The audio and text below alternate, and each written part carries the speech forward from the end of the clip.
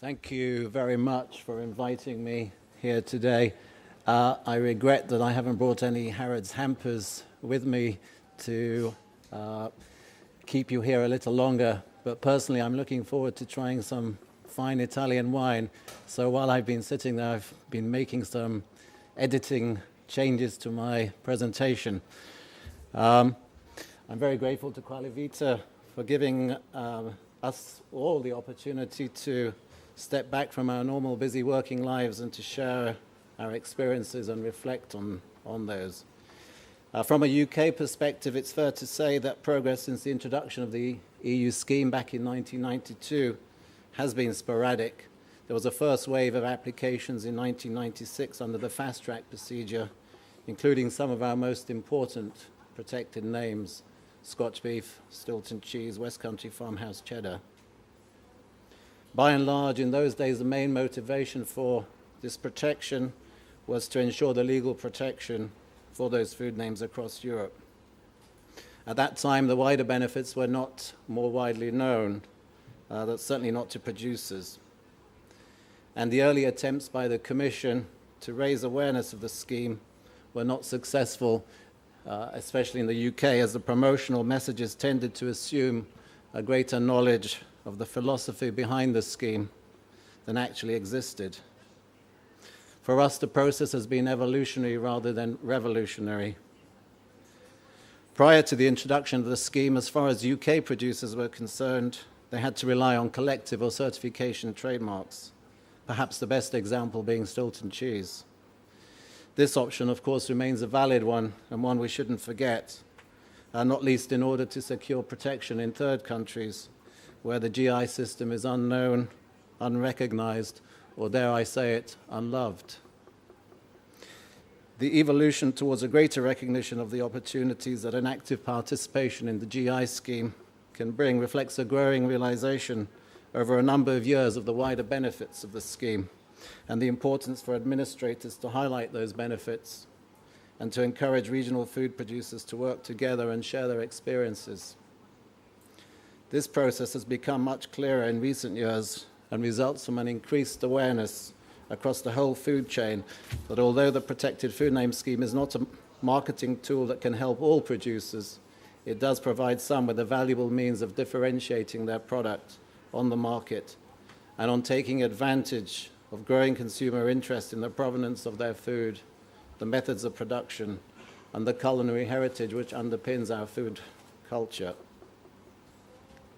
And there are more practical reasons for us to encourage more UK applications and for raising awareness about the scheme.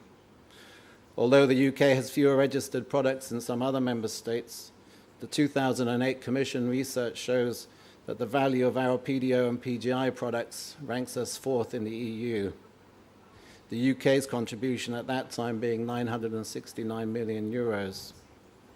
A significant proportion of that being made up by those GIs which have always been in demand both at home and abroad: Scotch beef, Welsh lamb, Scottish farm salmon, and Stilton cheese. But it's worth highlighting the example of our most recently registered GI, Loch Ness eels, the first protected name from Northern Ireland and the product of Europe's only remaining commercially viable wild eel fishery.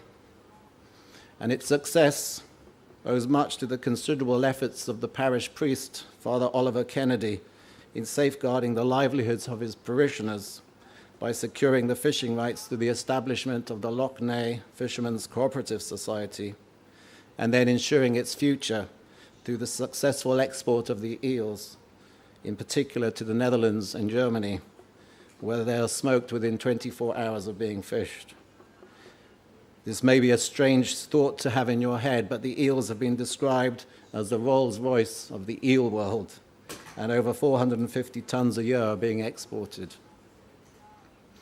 As the wider benefits of the scheme and its logo have become clearer, we have been much more proactive in promoting the scheme to all parts of the food chain, at agriculture shows, trade shows, and consumer food shows, and ministerial initiatives aimed at the media. Our success can best be measured by the increased number of UK food and drink names which have been registered under the scheme, and the others which are in the pipeline. More recently, we have continued to work with our delivery agent ADAS to find ways to promote the scheme. In 2009, organizing a summer promotion of our protected names at Downing Street, and later that year at a Christmas market in London's largest wholesale food market, New Covent Garden. Both events were attended by ministers and attracted considerable media coverage. Equally, ADAS and the producers have also been working with retailers, including most recently the excellent initiative with Harrods, which we heard about earlier. And our ministers remain keen to promote the scheme, including earlier this year through a press campaign focused on the various English regions.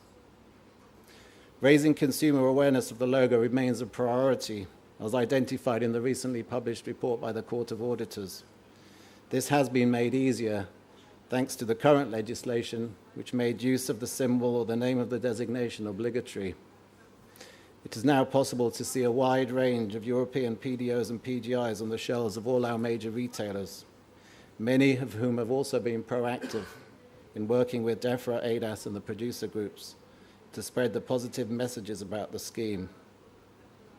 UK shoppers browsing these shelves will find olive oils from Greece sharing space with their Italian and Spanish counterparts, and the delicatessen counters in supermarkets will be dotted with the PDO symbol on Stilton, Parmigiano Reggiano, Roquefort, and Manchego, to mention just a few examples of the excellent cheeses to be found nestling together on display. And what about opportunities to export outside the single market? Here, I would like to acknowledge the work of the Commission and the personal commitment of the Agriculture Commissioner, the best example being the trade delegation to China in March this year, an initiative aimed at highlighting the starts of in-depth discussions on mutual recognition of each other's GIs. I'm pleased to say that we were able to facilitate the participation in that mission of a number of our GI interests: Scotch beef and lamb, Welsh beef and lamb, Scottish farm salmon, Stilton cheese, and West Country farmhouse cheddar. Both the salmon and the cheddar now enjoy, along with Scotch whisky, GI protection in China, and we hope that Stilton will follow shortly. In addition, we welcome the Commission's work on reaching agreements with third countries such as Switzerland and South Korea. The benefits of such agreement may not be immediate, but once signed, they can become the vehicle for new export opportunities, giving producers the confidence to access new markets, as well as helping to pave the way for exports of non-GI products as well. But in recognizing these opportunities, it is important that we have all the confidence, that we all have the confidence to acknowledge that this is a two-way process, with the need to accept the opportunities being offered to food and drink producers from outside the EU, as producers from third countries in turn recognize the benefits of that scheme. The registration of GIs from China and Colombia, and most recently India, highlight this, and we welcome this. Equally, it is important that our GI producers have the confidence to compete for market share both in Europe and abroad. The PDO and PGI grants protection to those names which have been registered, but as an intellectual property market is designed for the benefit of the many, not the few. And it's aimed at capitalizing on growing consumer demand here and beyond for quality food with a clear provenance and a strong story to tell. With this in mind, it is our view that as policymakers, we must be careful not to introduce measures that, even with the best intentions in mind, might be seen as distorting the market, stifling innovation, and creating barriers to new entrants. Instead, we should be creating the conditions to enable our GI producers to operate freely and with confidence, drawing on their business and entrepreneurial skills, relying on the quality of their products. In this respect, the recent Court of Auditors report suggests a way forward through better controls on food at producer and retailer level, and through a concerted campaign to raise consumer awareness. On this last point, I congratulate Qualivita for all its innovative work in telling the world about GIs. Finally, the evolution of the EU scheme for GIs continues with the quality scheme proposal under the quality package. Discussions on that proposal are continuing, with a number of issues still to be resolved. But as an optimist, I believe that the new framework for PDOs, PGIs, and TSGs will enable all those with an interest in GIs to have a more coherent system within which to operate and a confidence in the long-term future of this quality scheme as we head towards the 20th anniversary of its establishment. Finally, I would like to thank the interpreters for helping me to communicate to you, and thank you for listening, and especially your stamina.